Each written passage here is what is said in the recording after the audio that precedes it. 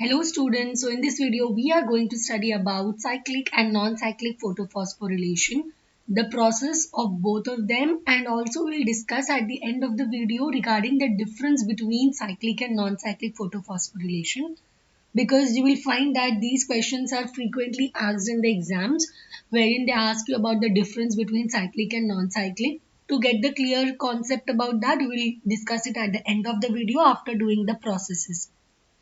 Now let's start with the first one, that is cyclic photophosphorylation. Now before starting with the process, let's begin with the meaning of the term cyclic photophosphorylation. Let's try to understand what we are going to learn in this particular thing, cyclic photophosphorylation. Now let's break down the terms. Cyclic stands for, it is a procedure which is going to repeat itself. It will be a cyclic procedure, right? जहां से start हुआ वहीं पे ये end होने वाला है. That is, it is a cyclic procedure. Photophosphorylation, if you see this term photophosphorylation, photo part stands for light. We know photo stands for light. तो लाइट की बात कर रहे हैं. Phosphorylation, this term stands for formation of ATP. So light के presence में ATP form कर रहे हैं in a cyclic procedure. It is cyclic photophosphorylation. Okay, so what is cyclic photophosphorylation? I hope that is clear to you, that it is a cyclic procedure. Light के presence में हम ATP form करने वाले हैं. Okay, so let's start with the process, how it starts. We'll start with PS1. Now PS1 अगर आपको नहीं पता है तो photo systems का भी एक वीडियो है. Just go back, watch that video to get clarity about photo systems and then switch back to this video. So PS1 जो होता है that is P700 molecule, उससे हम start करेंगे cyclic photophosphorylation. Okay, so we have PS1 over here. PS1 मतलब हम बात कर रहे हैं P700 molecule की, right? So this is the reaction center और side में बहुत सारे इसके LHC molecule present होगा, right? Antenna molecule will be present. इसमें बहुत सारे अलग अलग photosynthetic pigments भी present है. So this is your PS1 photosystem 1. Now what happens? देखो इस पे लाइट पड़ेगी, लाइट आ रही है. अब जो P700 मॉलिक्यूल है, जो सेंटर में क्लोरोफिल ए है, वो अपना वेवलेंथ ऑफ लाइट एब्जॉर्ब करेगा. जो अलग अलग यहाँ पे दूसरे फोटोसिंथेटिक पिगमेंट्स है, वो अपने अपने वेवलेंथ के लाइट एब्जॉर्ब करेंगे. Okay, once they absorb the optimum light, then they will start emitting electrons. उनके जो electrons है ना, वो higher orbitals में जाएंगे.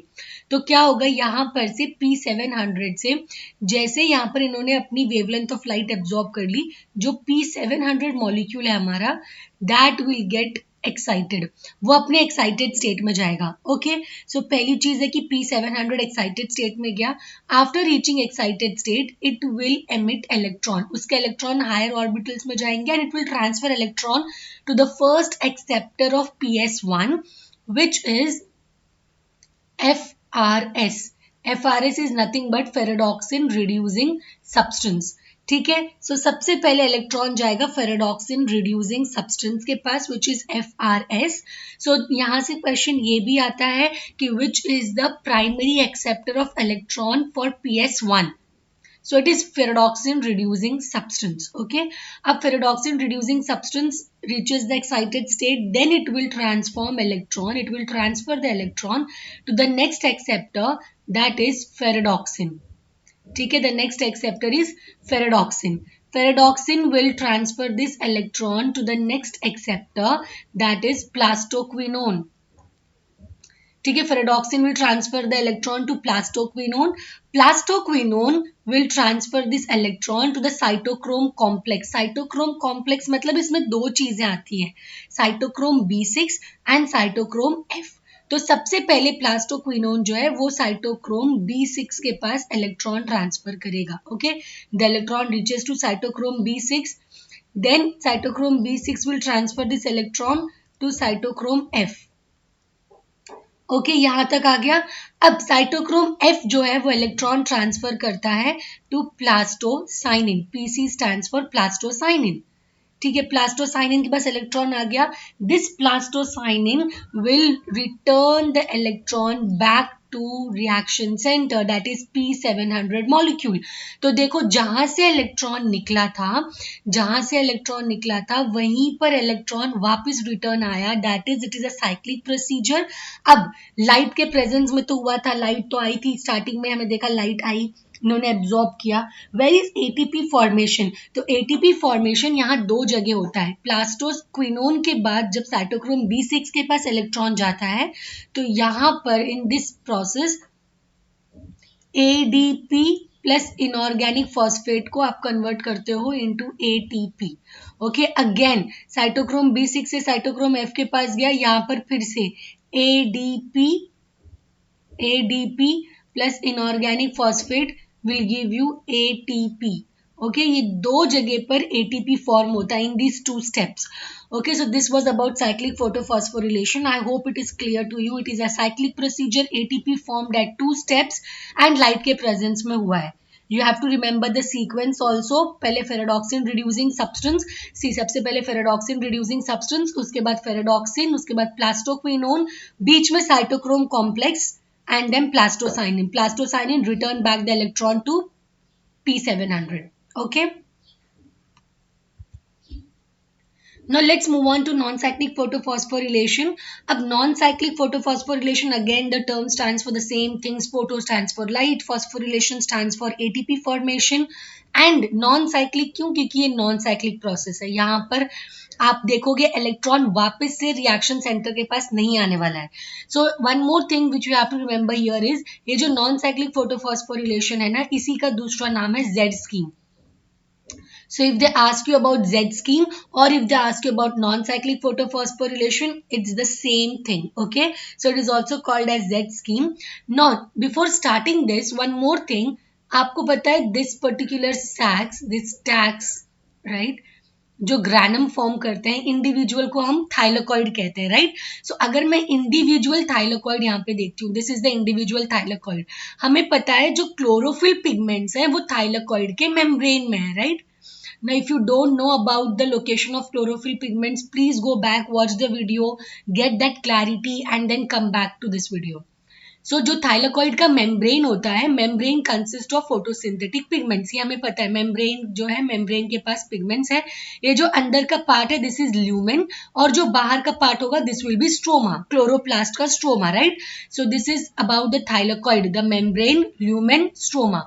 तो अभी जो हम बात करेंगे नॉन साइक्लिक फोटोफॉस्फोरिलेशन की, we will talk in terms of membrane, lumen and stroma, कि कौन सा प्रोसेस मेम्ब्रेन में हो रहा है, कौन सा प्रोसेस ल्यूमेन में एंड कौन सा स्ट्रोमा में।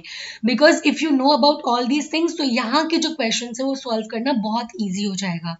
सो let's move on to that part. So this is also called as Z scheme, we will keep that over here, Z scheme भी कहते हैं इसको। ओके, नाउ जस्ट इमेजिन कि ये जो हम पार्ट यहाँ पे ड्रॉ कर रहे हैं, this complete thing is the membrane of the thylakoid. Okay, this complete thing is the membrane of the thylakoid, and इसके बाहर तो स्ट्रोमा होगा क्लोरोप्लास्ट का, और ये अंदर वाला part will be the lumen, right. हमने देखो थाइलाकॉइड था, हमने ये वाला पार्ट ड्रॉ किया है एक्सपैंड करके, बाहर इसके स्ट्रोमा है, अंदर इसके ल्यूमेन है। I hope that is clear to you. Now let's move to the process. अब देखो साइक्लिक पे PS1 से स्टार्ट किए थे ना, यहाँ पर हम PS2 से स्टार्ट करेंगे। सो हमारा यहाँ पे स्टार्टिंग में वी हैव PS2 मतलब P680 मॉलिक्यूल, राइट। P680 है, उसके साइड में उसके सारे जो एक्सेसरी फोटोसिंथेटिक पिगमेंट्स है वो भी प्रेजेंट है। अब इसके पास लाइट आएगी, देखो इसके पास लाइट आई, ये लाइट एब्जॉर्ब करेगा। अब ये जो PS2 है ये लाइट एब्जॉर्ब करके it will reach the excited state, so P680 in its excited state.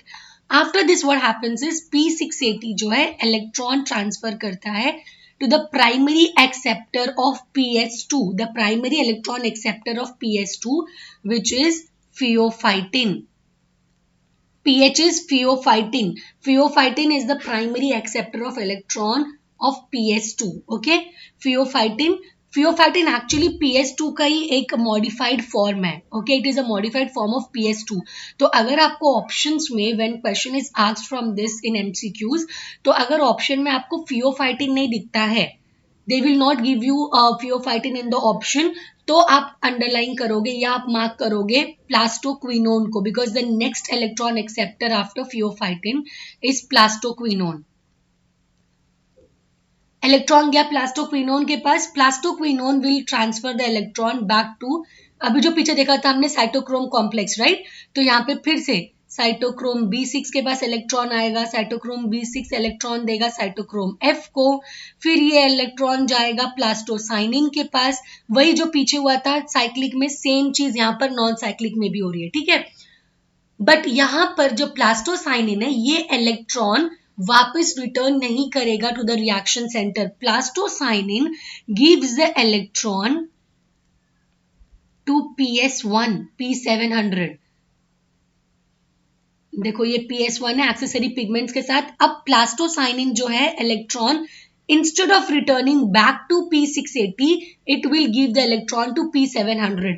क्योंकि वो रिटर्न नहीं कर रहा है, इसीलिए साइक्लिक प्रोसीजर भी नहीं है, राइट.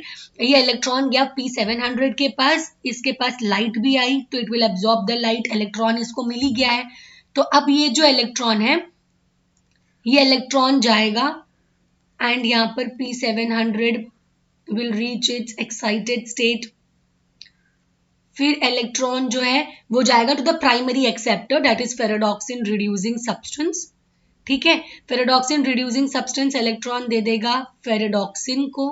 ठीक है, यहां पर फिर से आप वो सब चीज नहीं लिखोगे, plastoquinone, cytochrome B6, cytochrome F, फिर से वो सब चीजें नहीं आएंगी. फेरेडॉक्सिन जो है वो इलेक्ट्रॉन को यूज करेगा. देखो यहां पर this part was of the membrane, ये पूरा पार्ट मेम्ब्रेन का था यहां तक का, दिस वाज द मेम्ब्रेन. ये पार्ट जो है ये स्ट्रोमा का है. स्ट्रोमा में एक एंजाइम प्रेजेंट है जिसे कहते हैं NADP reductase enzyme. NADP reductase enzyme. हमें पता है लाइट रिएक्शन में हमें ATP भी बनाना है एंड NADPH भी बनाना है. ATP is our energy and NADPH is the hydrogen donor, जो आगे जाके हाइड्रोजन डोनेट करने वाला है in the dark reaction, right. ATP तो हमने बना लिया, but where is the NADPH? तो NADP रिडक्टेज एंजाइम प्रेजेंट है स्ट्रोमा में. व्हाट हैपेंस इज, ये इलेक्ट्रॉन आप यूज करोगे और फेरेडॉक्सिन के बाद आप NADP को कन्वर्ट करते हो इनटू NADPH. ये होने के लिए देखो NADP को NADPH में कन्वर्ट करने के लिए आपको एक इलेक्ट्रॉन चाहिए प्लस आपको H प्लस चाहिए. तो NADP plus electron plus H plus will give you NADPH. तो ये होने के लिए इलेक्ट्रॉन चाहिए था, इलेक्ट्रॉन तो हमें मिल गया. ये इलेक्ट्रॉन आएगा और इसकी हेल्प कर देगा. H प्लस कहाँ से मिलेगा? ये H प्लस जो NADP है it will take it from the stroma. Stroma से आएगा ये H प्लस. मतलब ये करके आप स्ट्रोमा में हाइड्रोजन का कॉन्सेंट्रेशन या फिर बोल सकते हो प्रोटॉन का कॉन्सेंट्रेशन कम कर रहे हो. ठीक है, NADP जब H प्लस स्ट्रोमा से लेगा, स्ट्रोमा में जो प्रोटॉन का कॉन्सेंट्रेशन है या फिर हाइड्रोजन का कॉन्सेंट्रेशन है वो कम हो जाएगा. So this is one reason why hydrogen concentration in the stroma becomes less, क्योंकि NADP ने हाइड्रोजन यूज किया and it gets converted to NADPH. Okay fine. अब ये याद रखना कि NADP का रिडक्शन जो है वो स्ट्रोमा में हुआ है. ये लोकेशंस हमें याद रखनी है. तो NADP का जो रिडक्शन है that takes place in the stroma. ये रिएक्शन याद रख सकते हो कि NADP plus electron plus H plus will give you NADPH. और ये H प्लस कहां से आया? ये आया स्ट्रोमा से. ठीक है, नाउ लेट्स मूव फॉरवर्ड. अब देखो यहाँ पर इलेक्ट्रॉन जो है P700 का नहीं था, है ना. ये जो इलेक्ट्रॉन था ये इलेक्ट्रॉन P700 का नहीं था. ये तो प्लास्टोसाइनिन लेके आया था और P700 ने इसको आगे आगे यूज किया. तो इसका तो कुछ नहीं गया है, P700 का कुछ नहीं गया. बट अगर हम PS2 देखते हैं P680, तो यहाँ पर इसका जो इलेक्ट्रॉन गया वो वापिस इसके पास आया ही नहीं. तो इसके साथ तो नाइंसाफी हो रही है ना, हमें तो P680 को इलेक्ट्रॉन देना चाहिए. उसका इलेक्ट्रॉन गया वापस आया ही नहीं.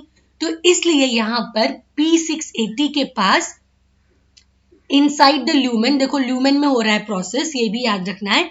इनसाइड द ल्यूमेन हम क्या करते हैं, वाटर को स्प्लिट करते हैं, 2H2O को हम यहाँ पे स्प्लिट करते हैं, and what do we form, we form 4H plus, देखो 4H प्लस बनेंगे, 4 protons plus we form 1 oxygen and 4 electrons. ये चीज याद रखनी है कि ये जो ऑक्सीजन लिबरेट हुआ, the oxygen which is liberated, it is done in the lumen, lumen में लिबरेट हुआ है oxygen, okay. And also you have to remember that photolysis of water और splitting of water takes place in the lumen. ये कुछ कुछ चीजें हैं, इसके लिए तुमको लोकेशन पता होनी चाहिए, स्ट्रोमा में क्या हुआ, मेम्ब्रेन में क्या हुआ। मेम्ब्रेन में तो ये सब प्रोसीजर होगा ही ना, ऊपर वाला इलेक्ट्रॉन ट्रांसफर, बिकॉज मेम्ब्रेन में ही फोटोसिंथेटिक पिगमेंट्स हैं, तो मेम्ब्रेन में ये पूरा इलेक्ट्रॉन ट्रांसपोर्ट वाला सिस्टम होगा जो ऊपर हुआ है। बट NADP रिडक्टेज स्ट्रोमा में था, तो स्ट्रोमा में भी रिडक्शन करोगे। ल्यूमेन में फोटोलाइसिस ऑफ वाटर करते हो, ऑक्सीजन जो लिबरेट हुआ है, oxygen is liberated in the lumen. यहां से ये क्वेश्चन आ सकता है, तो ये हमें याद रखना है, ठीक है। अब यहां पर जो देखो इलेक्ट्रॉन आया, वो इलेक्ट्रॉन आप P680 को दे दोगे, तो जो उसके साथ नाइंसाफी हुई थी, आपने जो इसका इलेक्ट्रॉन लिए थे वो आपने फुलफिल कर दिए, you gave the electron back to P680, okay.